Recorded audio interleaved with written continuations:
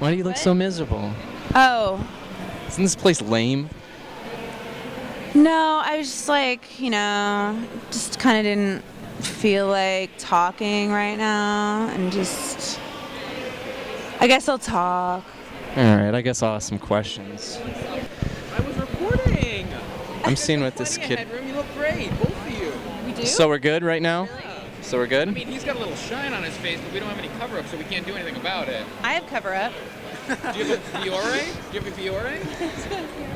Wait, we can powder you. Oh my goodness gracious. Y'all are silly. I don't know if this is the right color. We need a little bit on the cheeks. There we go. There we go. Ooh, you are less shiny and it's great. You look beautiful. We're making magic Do here. you want some lip gloss? Yeah, that'd be great. We're gonna lunge into it. Set that Friday 13th on fire. Speaking of getting set on fire, you had to hang up. How long were you in that sleeping bag upside down for? I was not upside down in the sleeping bag. That was a decision they made later after they filmed it. They flipped it upside down, and that looks really cool. It looked like I did something I didn't do. But the stunt was really hard. I didn't do all of it. There was a stunt woman that I believe I think she had to go to the ER during the process of it.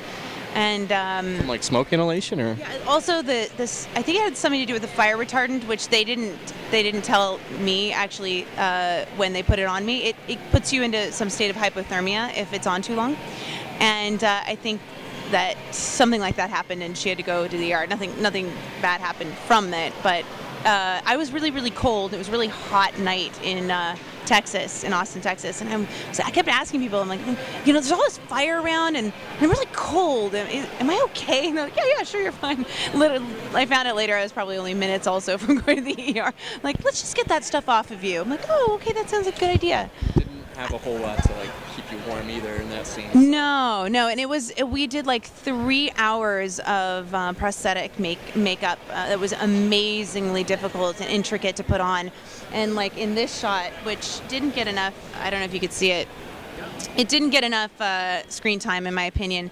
From what I heard from the producers, they actually apologized later. They said, they loved it, and they loved the makeup and the scene of falling out. And Amanda Righetti comes up to me, and she holds onto my skin like to console me like a friend would, and my skin just comes off because it's been rotisserie in her hand.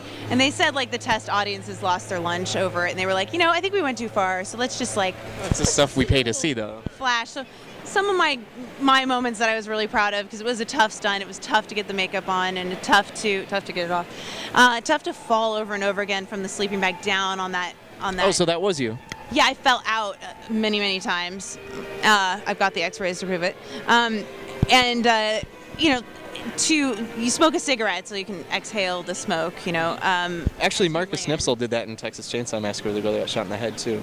Oh yeah. It's a trick he always uses. Yeah, and then I had to fall down onto the ground, which was hard. It was not a soft ground, and you have to keep your eyes open because I'm dead, and not flinch when the dust hits, and then fall in exact position because they've already done like the reverse, or the other next scene or something. So I had to land exactly just so. It's really tricky. It's funny that you don't think of there being. So fast. It goes by so quickly. Just went falling out of. Yeah, and 3 years later, still at the chiropractor trying to work it out, and it's like, but it just went like that. But here I am at the convention to talk to people who appreciate the details and the work that are put into these things. I appreciate that. Oh, that's why we're here.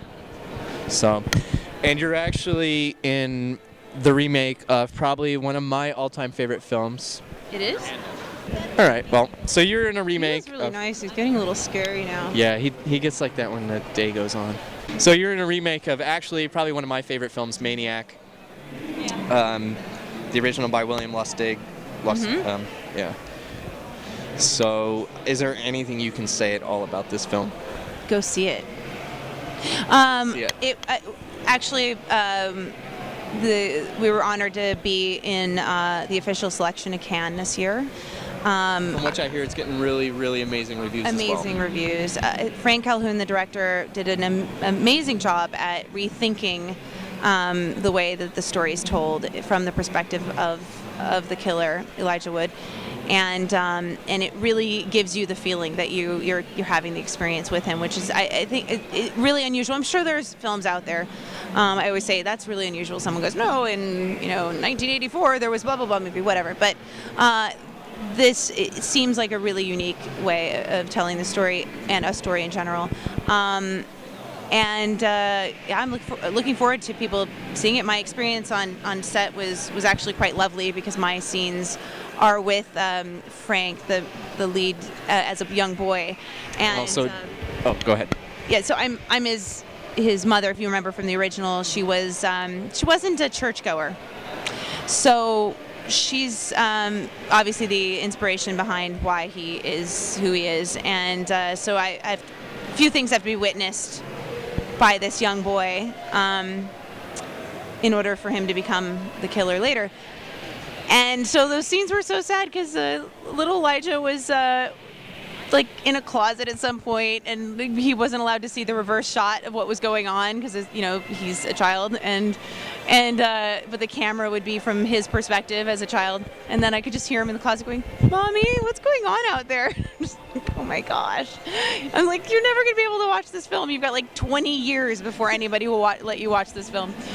So, but it was very sweet, though. He's a wonderful, wonderful child actor to work with, and Elijah was wonderful to work with. Everybody was So you great. did work with Elijah. Is this like a hint towards the end of the scene, similar to the beginning? I know I tried to ask you about this earlier. It won't give you any I'm gonna try clue. again. It won't give you any clue to anything. I did work with him in a few scenes, yeah. But and it was done in a very clever way. Now it sounds like you guys are actually exploring the character of his mother a bit more, whereas in the original, I believe she's just kind of mentioned in passing a few times, and then at the end, the graveyard scene. But so is it like they're kind of giving her more of a character in this one? I think they toyed with it a bit. I don't know final cut what will come of it, but it's not a huge role. No, it's just it's more present than in the original. Yeah, but not a huge role. No. So what other films are you going to be in besides Maniac? Well, this year I have Maniac coming out, as well as another film festival, Toronto Film Festival film called No One Lives. It's directed by Ryuhei Kitamura. He's a Japanese director who last did Midnight Meat Train and Versus, and this is his first film in the States after a while now. Those two films, I just did a Warehouse 13 at Sci-Fi too, and I'm looking forward to seeing that. I haven't seen it yet, but it's a fun episode, and I love that show. And just finished the Spider-Man on Broadway stuff. Oh, you're in there, yeah. I was, and I'm now living in New York and just waiting to see what's next. Playboy. I did because of Bitch Slap, and I did actually a one-pager for Friday the 13th in Playboy. That was clothes. I was in lingerie. Wasn't any big deal. And they called me back and said, "Would you be interested in doing something for Bitch Slap, like a nude spread?" And I'm like, "No, I don't need to do a spread. Like, I did my one page. I've done my Playboy. Like, what? Hey, well, maybe if you gave me the cover, maybe I would do it." And they're like, "Okay."